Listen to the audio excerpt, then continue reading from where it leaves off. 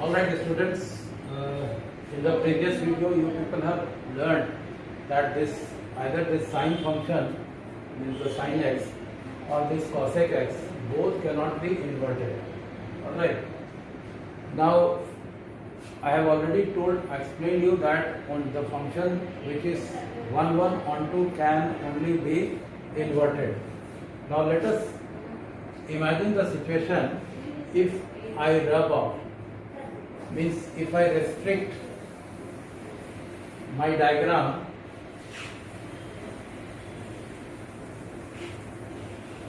to this only, means what we are doing now, that the sine x is drawn, means the value of sine x is taken only from minus pi by 2 to pi by 2. Under that situation, do you think this horizontal line which I have drawn over here or over here, in that case this horizontal line, whether it is taken over here or a line is drawn over here or a line is drawn over here, in all these cases you will find the value of x is different and we are getting one single value of the sine theta or the sine x. Same situation will prevail over here. Alright. Means at all these points, do you think the value of the x, means the value of the angle theta or the x is different, and also we are getting different values of the sine theta or the sine x. Alright, and which is nothing but this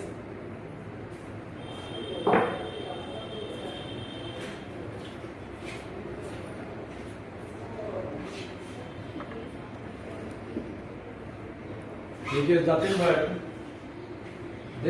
this particular situation.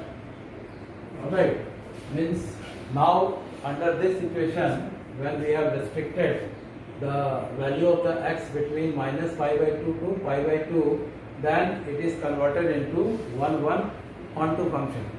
Alright, similar thing can be done. There is a technical problem in the recording of the video, so you have to bear with it. Similar thing can be done over here. That means in the case of cosec x, if you restrict this whole diagram, if you are restricting, say for example, only from here to here, what are you finding is this horizontal line, if under this situation is drawn, then it is intersecting the cosec x graph at these 2 points. Alright, and for these 2 points, means for these two value of x, we are getting the value of cosec x is same. So it is making it as many one onto function. We want to restrict it to 1 1 onto function.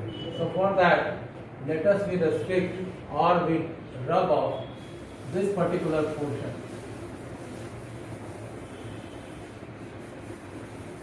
And this particular portion.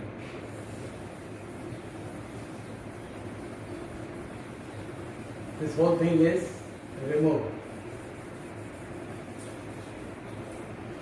Okay. Now what are you finding in these two situations? If we draw any horizontal line parallel to the x-axis, actually this is called as the horizontal line test, whether a given function is 1 1 or many one or something like that. To test that, we have to draw one line parallel to the x-axis. So what we have done is, if we are drawing a parallel line parallel to this x-axis, do you find this parallel line will cut, whatever be the number of parallel lines, they all will cut the x-axis at different points, and for each different points we are finding the value of cosec x will be different. So under this situation, when we have restricted the domain of the cosec x from minus pi by 2 to pi by 2, then it is converted into 1 1 onto function. Similarly, when we have restricted the domain of the sine x function, then we are finding the given function becomes 1 1 onto function. Alright. Now when we are talking about the inverse of this sine x, then we can write it as sine inverse of x. So under this situation, what will happen? The y value means 1 to minus 1 will be taken on the x-axis. So as you see over here, I have written minus 1 and 1. So when we put minus 1 suppose over here, means sine inverse of minus 1, the value of this sine inverse minus 1 will be equal to minus pi by 2. That is what we are getting over here. In the same manner, if we are putting x is equal to 1, then the value of sine inverse 1 will be equal to pi by 2. So finally what we are getting is the graph, this one, as the sine inverse graph for this function. Alright, and cosec inverse is drawn over here. Taking the clue from this itself, what we are doing is this particular portion for cosec x, this is the trick which I am explaining you. For plotting the graph for the cosec inverse x, what you do is you fix this particular point as it is and remove this particular portion and adjust it like this.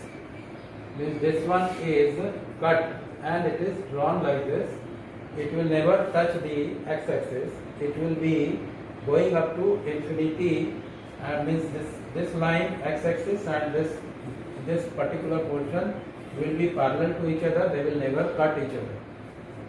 Same thing will happen over here. Means this negative portion for the sine inverse x, you can remove it from here and fix this point.